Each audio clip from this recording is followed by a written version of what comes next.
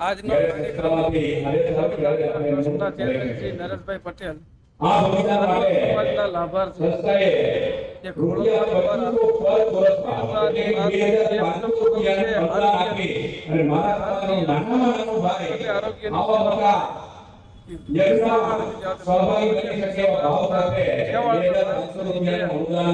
મળી રહે એવા હેતુથી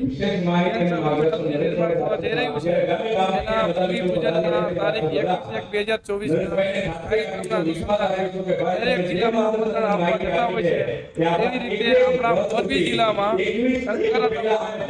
એપ્રિલે આમંત્રણ સમાજના આગેવાનો સમાજના નાગરિકો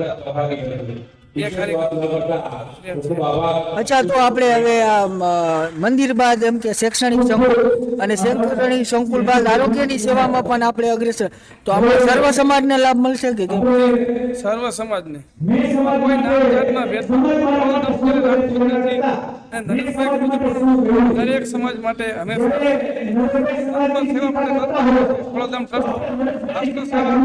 સમાજ સેવાનો. શું નામ તમારું? બેચરભાઈ ટેટી. અચ્છા, આપણે આ જે રીતના સંકુલ બનવાનું છે એમાં કઈ રીતનું આયોજન છે?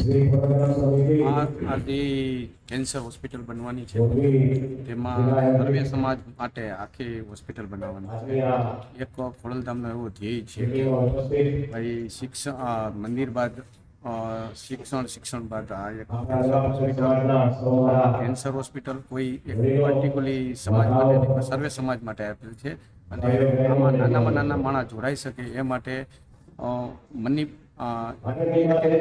રૂપિયો એમનો જો આપે તો એમનું નામ એમાં પણ એવું ખોડલધામ ટ્રસ્ટ વતી એમ ખોડલધામના અનેક પ્રકલ્પોના ભાગરૂપે તારીખ 21/1/2024 રોજ ખોડલધામ ટ્રસ્ટ દ્વારા ભવ્ય કેન્સર હોસ્પિટલનું નિર્માણ થવા જઈ રહ્યું છે અને ભૂમિપૂજનના કાર્યક્રમમાં મોરબી જિલ્લા ખાતે આજે ઢંકારા ગામે આમંત્રણ પાઠવવા ખોડલધામની આખી ટીમ અહીં આવી છે. ત્યારે આ મોરબી જિલ્લામાં વસતા તમામ જવાબદાર ભાઈઓ સર્વ સમાજને આમંત્રણ પાઠવું છું કે આ સર્વ સમાજના હિત માટે જે આરોગ્યધામ બનવા જઈ રહ્યું છે તેમાં ચોક્કસ રીતે વધારી અને આના સાક્ષી બને એવી મા ખોડલના ચરણોમાં પ્રાર્થના.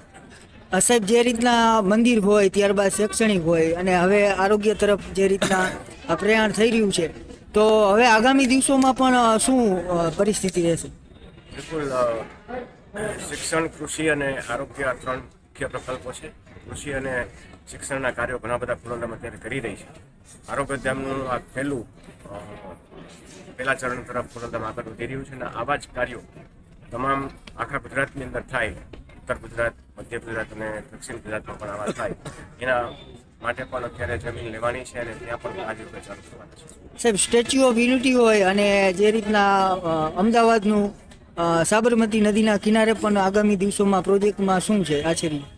સ્ટેચ્યુ ઓફ યુનિટીમાં સંસ્થાએ 2 વિચાર કર્યા છે. એક ભવ્ય ભવન બને અને લોકો ત્યાં આવે અને રહી શકે અને સાથે સાથે એક ડેસ્ટિનેશન એજ્યુકેશન હબ બને.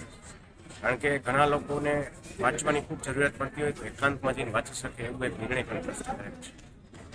મધ્ય ગુજરાતની અંદર અમદાવાદ ખાતે એક પ્રતિક મંદિર બને, શિક્ષણ અને આરોગ્યના કામ થાય એવો વિચાર ટ્રસ્ટે કર્યો છે.